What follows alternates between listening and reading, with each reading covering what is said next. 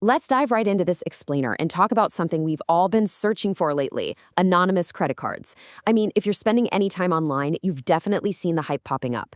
It sounds like a total superpower, right? But look, the whole concept is actually incredibly misunderstood. So today, we're going to break down exactly what these cards are, how they really work, and the actual truth behind the word anonymous. Let's get right into it.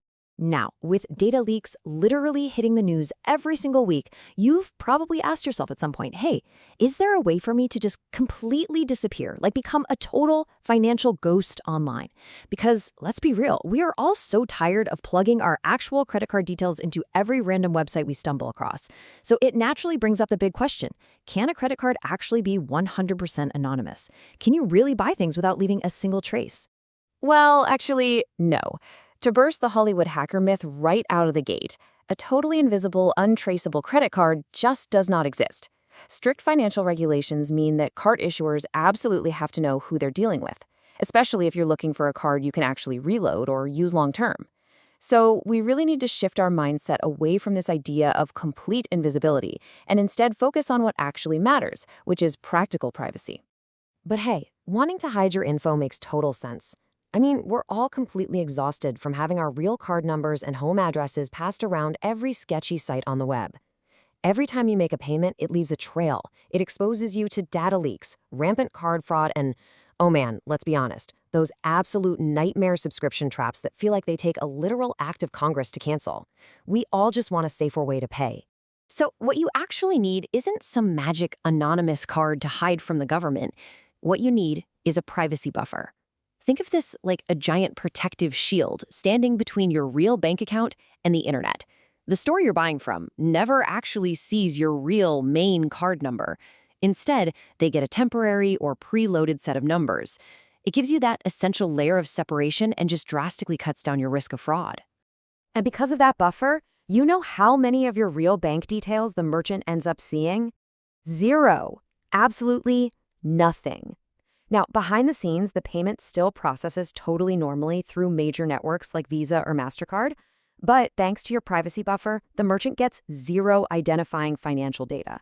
Your risk is strictly capped to that one specific transaction.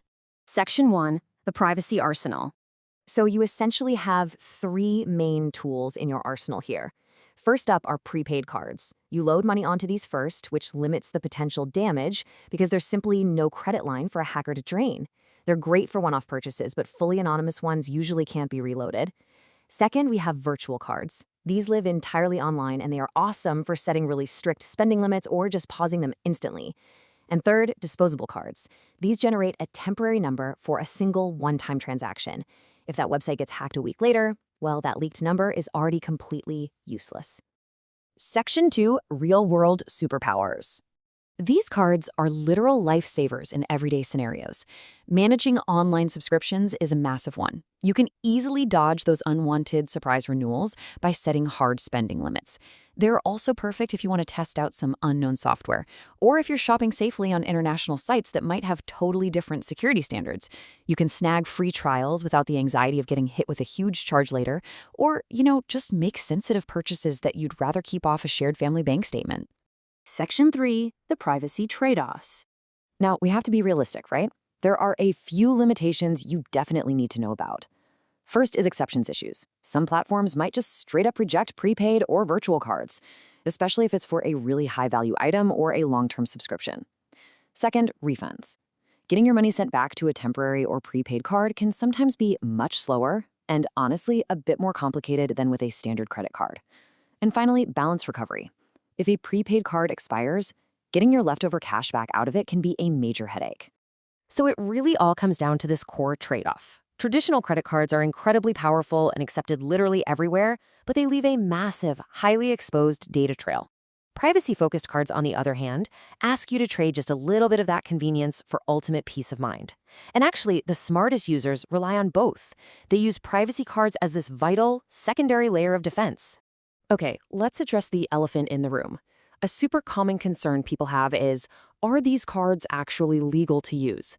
I mean, when we start throwing around phrases like masked cards and temporary numbers, people naturally start to worry they might be breaking the rules or somehow skirting the law. Well, the answer is a definitive yes. They are completely legal. These tools are built specifically to protect your personal data, not to hide illegal activity. Remember earlier when we said a 100% anonymous card doesn't exist? That's because card issuers still have to follow all the strict financial compliance rules. You are simply limiting what the merchant sees, not what your bank sees. I absolutely love this quote right here because it perfectly captures the reality of everything we've just learned. It is about comfort and control, not secrecy. Look, you aren't trying to be some international super spy.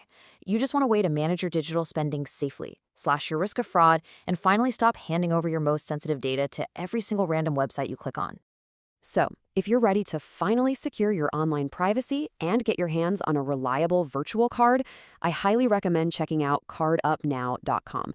They're an awesome financial service that lets you easily stop payment failures, lock down your online privacy, and access high-limit virtual cards that are perfectly suited for global spending. Seriously, just head over to CardUpNow.com to launch your own personalized privacy shield today. Just to wrap up this explainer, I want to leave you with one final thought. With all the massive data breaches happening literally all the time right now, why would you leave your financial safety in the hands of complete strangers? Ask yourself, isn't it time you decided exactly who gets access to your hard-earned money? Thanks so much for joining me today. Stay safe out there and go take control of your digital wallet.